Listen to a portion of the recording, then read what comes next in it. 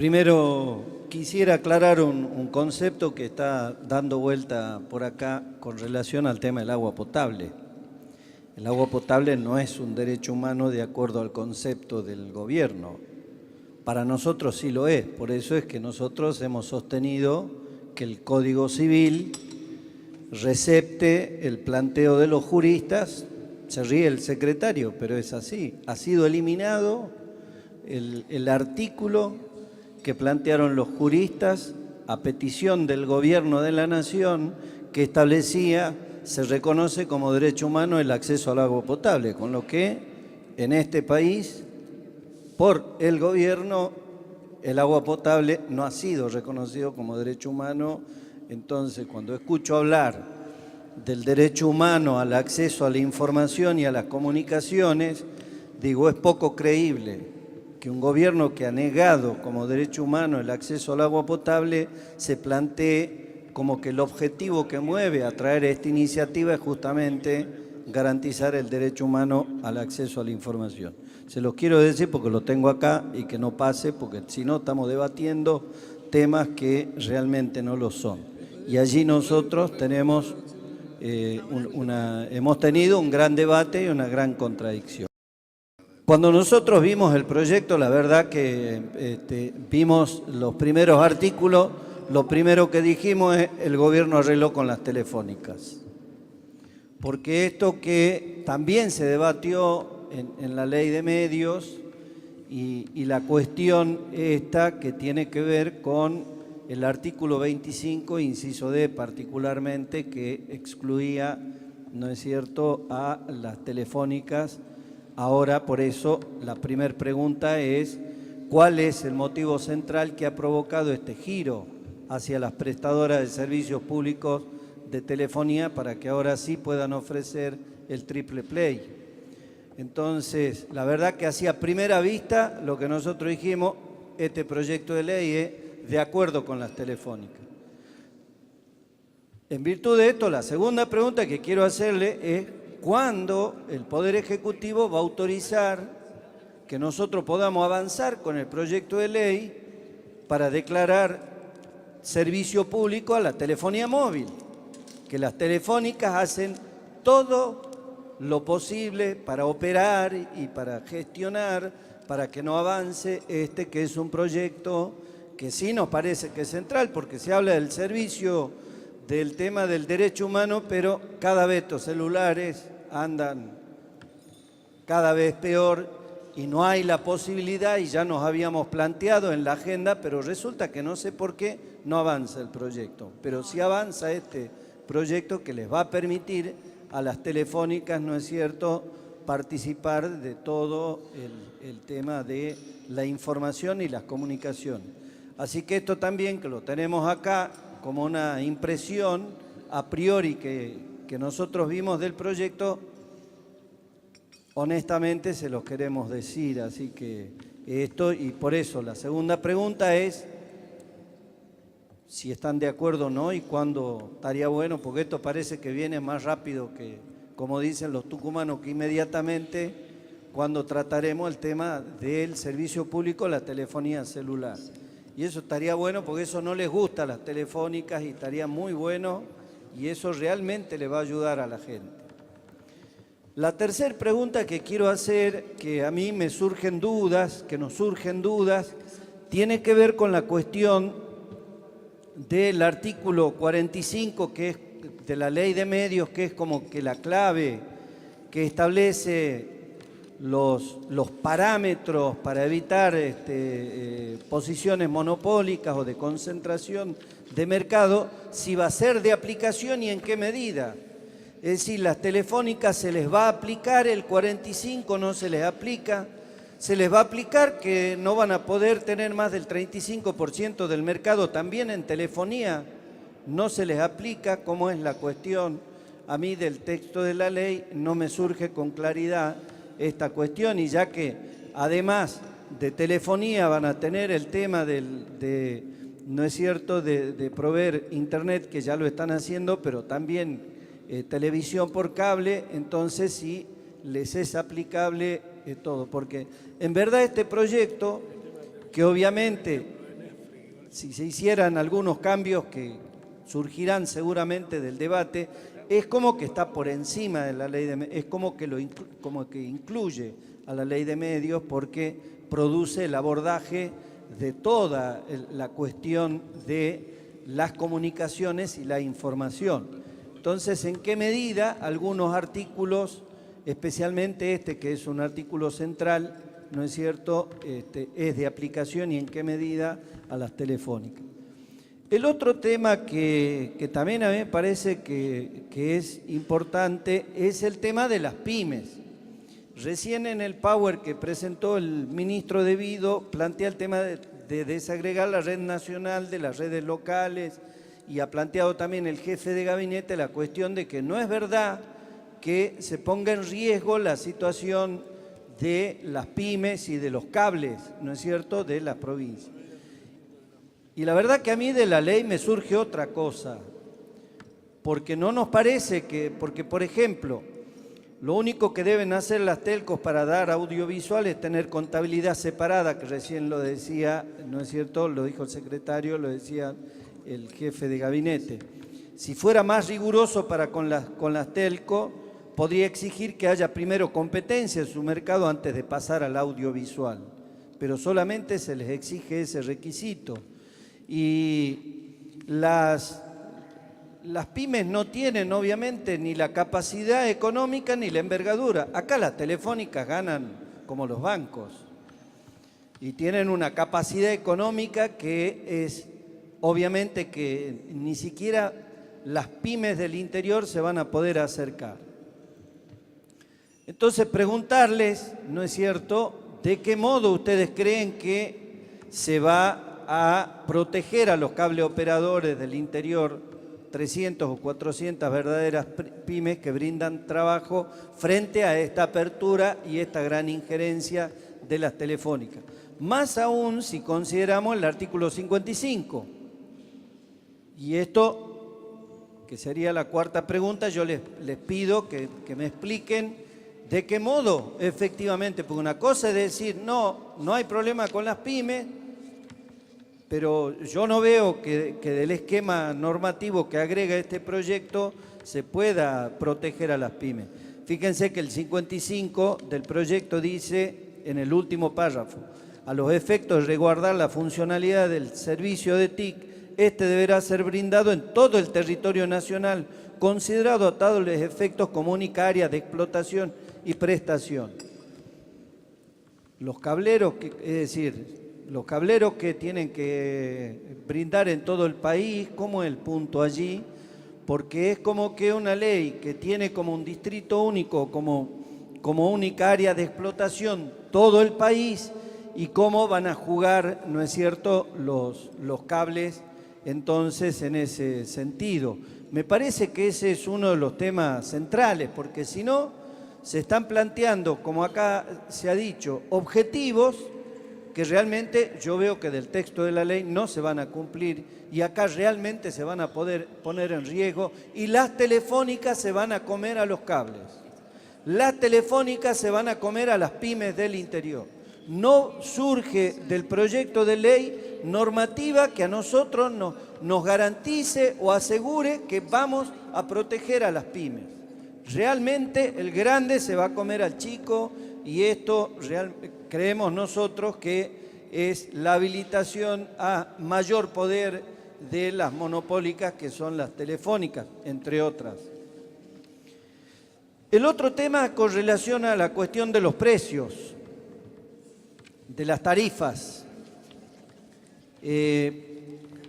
Artículos 18 y 19 se establece que el Estado Nacional garantiza el acceso a los servicios a todos los usuarios a precios justos y razonables, pero no se establecen pautas objetivas de cómo se conformarán tales precios justos y razonables. Se dijo acá, dijo el jefe de gabinete, los precios, las tarifas para evitar que viene la telefónica y te cobra, no es cierto, menos y lo saca de juego a los cableoperadores. Bien, pero acá estamos definiendo en el artículo primero que se declara de interés público el desarrollo, ¿no es cierto?, y la regulación de las tecnologías de información y comunicaciones. Cuando se declara de interés público, está bien, no es servicio público, pero se le da esta facultad al Estado de regulación de precios, la mejor manera de tutelar los derechos del usuario y garantizar la regulación del mercado y una competencia que sea justa, en donde el grande no se coma al chico, es también la audiencia pública. Esto pasa con las tarifas energéticas, pasa con las tarifas, ¿no es cierto?, del gas, con todas las tarifas del servicio público. Entonces, nos preguntamos hasta dónde y cuáles van a ser los criterios. Y después también, no sé si es quinta pregunta, ¿qué es poder significativo de mercado? Les pido que nos definan 5, 6, 7, 10, no sé, conceptos centrales que definan poder significativo de mercado, que seguramente va a estar derivada a la reglamentación, para que eventualmente haya certeza sobre la menor arbitrariedad por parte del Estado en un tema tan importante como este y la mayor garantía para todos los operadores del sistema. Esa sería la quinta. Después, esto en función de lo que yo les decía, de que bueno, esta ley es como que está por encima y como que subsume, ¿no es cierto?, la ley de medios en algunos. Está por abajo. Bien, ok, luego podemos. No, pero digo porque por ahí toca algunos artículos o algunas regulaciones que ya están en la ley de medios y si no habría que, bueno, coordinarlas en todo caso o ponerlas en regla. Por ejemplo, los artículos 26 al 32 regulan todo lo concerniente a los espectros radioeléctricos, ¿no es cierto?, que también están regulados en el artículo 7º de la 26.522. Es decir, ¿por qué los regula si los mismos ya están regulados en el 7º y cuáles son, en todo caso, la correlación normativa que nos puede explicar respecto del 26 al 32 en comparación con el 7º de la ley vigente de medios? Incorporamos 10 millones de personas al agua potable y 8 millones a las cloacas, en relación al 2003. Se recuperó AISA, se recuperaron empresas provinciales como la de Tucumán y otras empresas públicas que hemos ayudado a recuperar en las distintas provincias. Creo que las realidades efectivas de alguna manera también mandan. Digo, respecto y muy brevemente también a la correlación entre esta ley y la ley de medios audiovisuales en los tiempos, entre el momento en que se sanciona la ley de medios audiovisuales y hoy, el Estado Nacional construyó 30.000 kilómetros de fibra óptica, lanzó un satélite de comunicaciones e impuso el sistema de la televisión digital abierta y gratuita.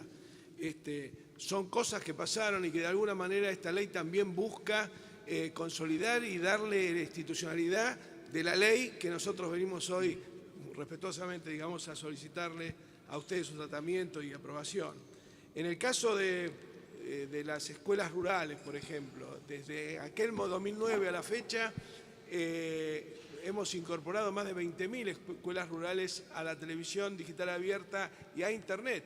En el caso de Jujuy, concretamente, usted lo debe conocer, Susque, Escatua, Loma Blanca, localidades de muy pocos habitantes que hoy tienen el servicio y es obviamente gratuito porque es público. En las escuelas de las cuales pueden la propia localidad ver desde los partidos de la selección hasta interactuar por Internet.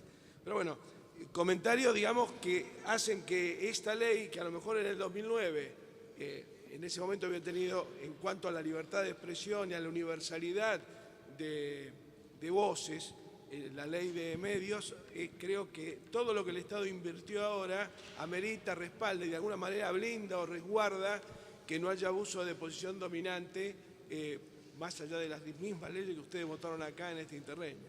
Esto quería hacer un comentario general y el secretario le va a contestar puntualmente. Está bien, ministro, yo no desconozco que se hayan hecho obras inclusive de agua potable y la red de comunicaciones que se está haciendo en La Puna. Ahí le voy a pasar la notita para varios pueblitos, ¿no es cierto?, que ya le pasé acá y enganchemos ahí todos los pueblos. Está el Toro, hay varios ahí del departamento Susques y otros más.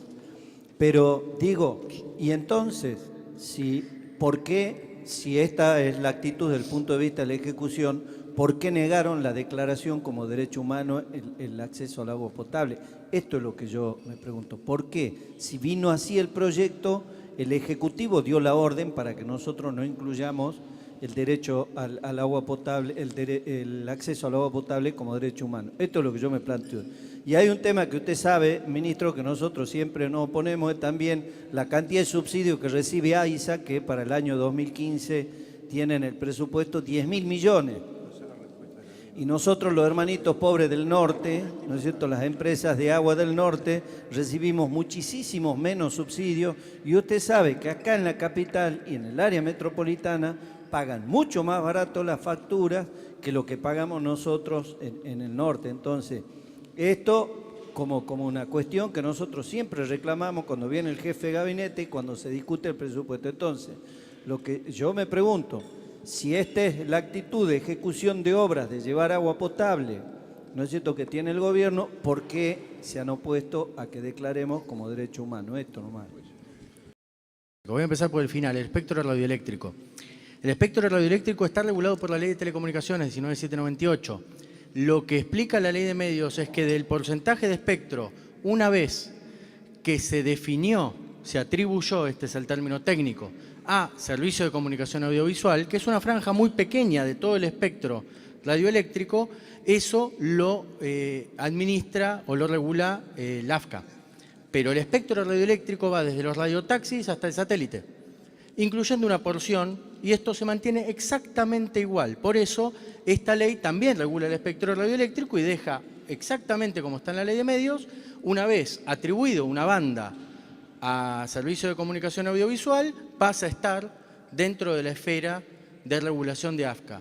Esto es una cuestión absolutamente técnica, no tenemos por qué saberlo todos, pero el espectro radioeléctrico va de una punta a otra y todo sirve para comunicaciones, y una parte, que es la que se resguardó, la Ley de Medios le sacó a la Ley de Telecomunicaciones para regularla en sí misma. Pero esto aparece una vez definido por la autoridad de aplicación cuáles son las bandas, y de hecho está ratificado por la justicia, porque en el marco de la licitación de servicio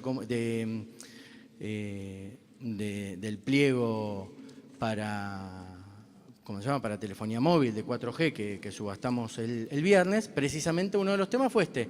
Se migró una de las bandas y eso es facultad que estaba antes de la Ley de Medios y va a seguir estando igual que antes. Otro tema, poder significativo de mercado, está definida en la ley de una manera muy adecuada y muy similar a la de la Comisión Nacional de Defensa de la Competencia, ayornado con términos técnicos para poder incluirla en esta ley, pero se mantienen el esquema y se mantienen todas las definiciones de poder significativo de mercado que subsidiariamente funcionan. Esto viene a afinar el concepto cuando se trata de la plataforma de infraestructura, que es el transporte, pero quedan subsistentes todas las definiciones, tanto de la Ley de Medios como de la Ley de Defensa de la Competencia.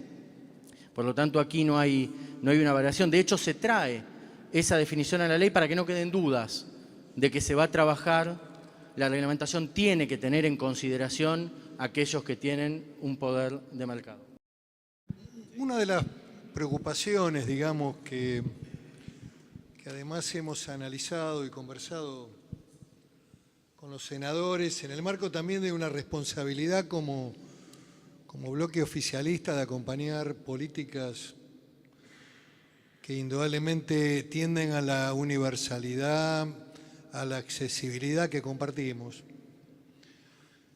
Tiene que ver con, digamos, la defensa del interés nacional, la presencia, digamos, en todo el territorio, en nuestras provincias, de numerosas empresas de cable familiares que nosotros preservamos en el marco de la Ley de Medios y que hoy indudablemente, y entiendo el avance tecnológico que es imparable, que indudablemente viene para quedarse y para seguir evolucionando y avanzando, es cómo le damos en este marco de modernización un tratamiento para, digamos, escalas de valor totalmente distintas. situaciones de empresas desiguales, con una accesibilidad tecnológica hoy extraordinaria, partiendo de la base de que manejan el esquema del teléfono celular. El mundo va hacia la televisión celular, digamos, vamos a prender un aparato. Y después una mención también a... Yo tengo problemas diplomáticos con el Reino de España, porque las experiencias empresarias en este país de los españoles ha sido lamentable, casi diría un capitalismo colonial, sí, de llevarse todo, vaciar todo, no poner un peso. La empresa telefónica sigue manteniendo los cables de cobre del sistema, no han invertido un mango. Quiero ser sincero, casi en un lenguaje popular, no han invertido un peso. Por eso tenemos problemas en las comunicaciones telefónicas. Por eso nos cuesta comunicarnos con el celular. ¿Por qué? Porque hoy el celular que nosotros tenemos es el de la década del 90, pensado únicamente para dar y recibir comunicación, digamos.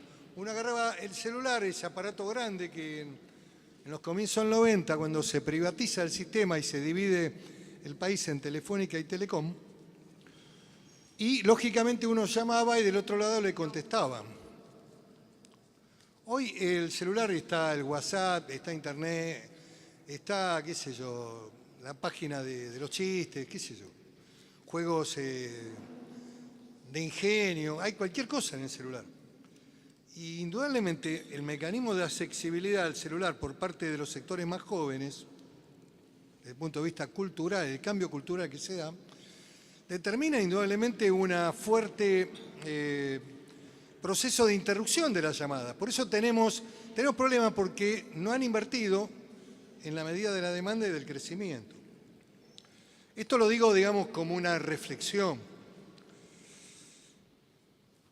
Sería bueno evaluar alguna norma que tienda, digamos, en cierta medida, darle a la ley un marco de defensa de ese sector nacional que en algunos casos se invirtió también en fibra óptica. Estoy hablando de medianas, estoy hablando de pequeñas, estoy hablando de los pueblos, donde el único sistema de cable era el que estaba en el pueblo, en la ciudad, que daba trabajo, que son nacionales, que son argentinos. No hace cosa que los que no pusieron nada, si no ponemos alguna cláusula y después la reglamentación, que confío que la van a hacer con la mirada siempre, digamos, antimonopólica que tuvo el gobierno frente a todas las posturas, pero a lo mejor pensemos o repensemos alguna norma dentro de la ley tendiente a la preservación de este espacio que me parece que en el espíritu de la ley de medios estuvo muy vigente y que hoy mismo me parece que está también en el ánimo de muchos legisladores, de senadores, por lo menos con los que he conversado. Cuando uno va a la provincia también hemos recibido ya, digamos, la preocupación de las organizaciones de cable de todo el país, la presidenta ya la tiene en su poder. Yo digo, con un sentido de aporte, con una mirada, digamos, positiva en aras de algo que indudablemente comparto que es inevitable, que va a haber que hacer.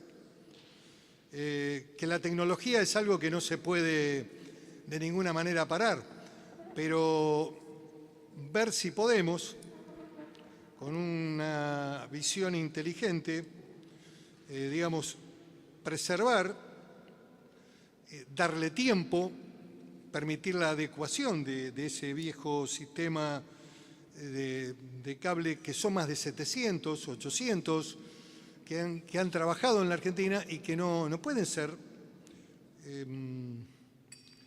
digamos, barridos por un esquema tecnológico de concentración. Yo estoy seguro, estoy convencido de que el espíritu del Gobierno Nacional en este tema es adecuar, porque además lo que hay que reconocer es que lo que no invirtió Telefónica lo invirtió el país. Y tenemos un ministro que le ha puesto todo en este sentido, más de 60.000 kilómetros de fibra óptica. 60 o 30, 30. 30, pero hay un diseño de 60.000 programada para seguir trabajando. Y yo también soy parte de una provincia que tiene una empresa como INVAP, que ha trabajado con ARSAT y que ha puesto en marcha hoy algo que en algún momento fue hasta subestimado, en algunos casos despreciado por algunos candidatos que sostenían, un candidato de la capital sostenía que no había que gastar plata en un satélite. En fin, creo que hay esfuerzos que se han hecho extraordinarios en pos del acceso y de la igualdad. Y bueno, y me parece que hay que lograr, ministro y secretario, digamos, como un aporte, recién lo estaba mencionando, ver si podemos tener alguna norma que pueda ayudar en el espacio intermedio del acceso de la tecnología para todos, para los que no son iguales a las grandes estructuras telefónicas que son las que dominan el mercado de la telefonía. Porque estamos haciendo un cambio indudablemente importante. Sin duda, poder mejorar esta ley para clarificar cualquier sentido posible que pueda afectar, lo de los plazos, por dónde empezar, por dónde llegar a la convergencia. Hay lugares donde efectivamente hay un solo prestador. Sin duda hay que preservar esa posibilidad y sin duda se puede trabajar sobre el texto de la ley y avanzar incluso en pensar el esquema de reglamentación, convocando a todos los actores, como hablamos permanentemente.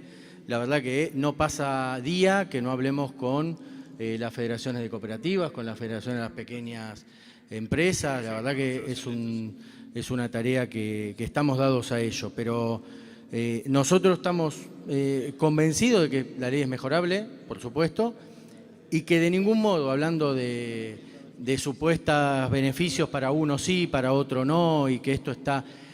En esta ley hay cosas, neutralidad de las redes, digo, vayan a preguntarle allá a España a ver qué opinan. Digo, la verdad que eso no... Y respecto de un tema que es lo del espacio nacional y la obligación de la licencia única de telecomunicaciones hoy es nacional, en ese sentido es nacional. O sea, hoy un licenciatario, una cooperativa, un cable, saca la licencia y puede dar el servicio en cualquier lado hoy, de telecomunicaciones, de acceso a internet, de servicio de valor agregado, de telefonía. Después va a requerir determinadas cosas, algunas son cuestiones físicas, como acceso a la red, que es la más importante de todas, y que con esta ley lo que van a poder hacer es acceder a redes que antes no tenían, y a precios regulados por el Estado. Mejoremos este punto, pero le estamos abriendo las redes a las grandes para que los chicos puedan llegar.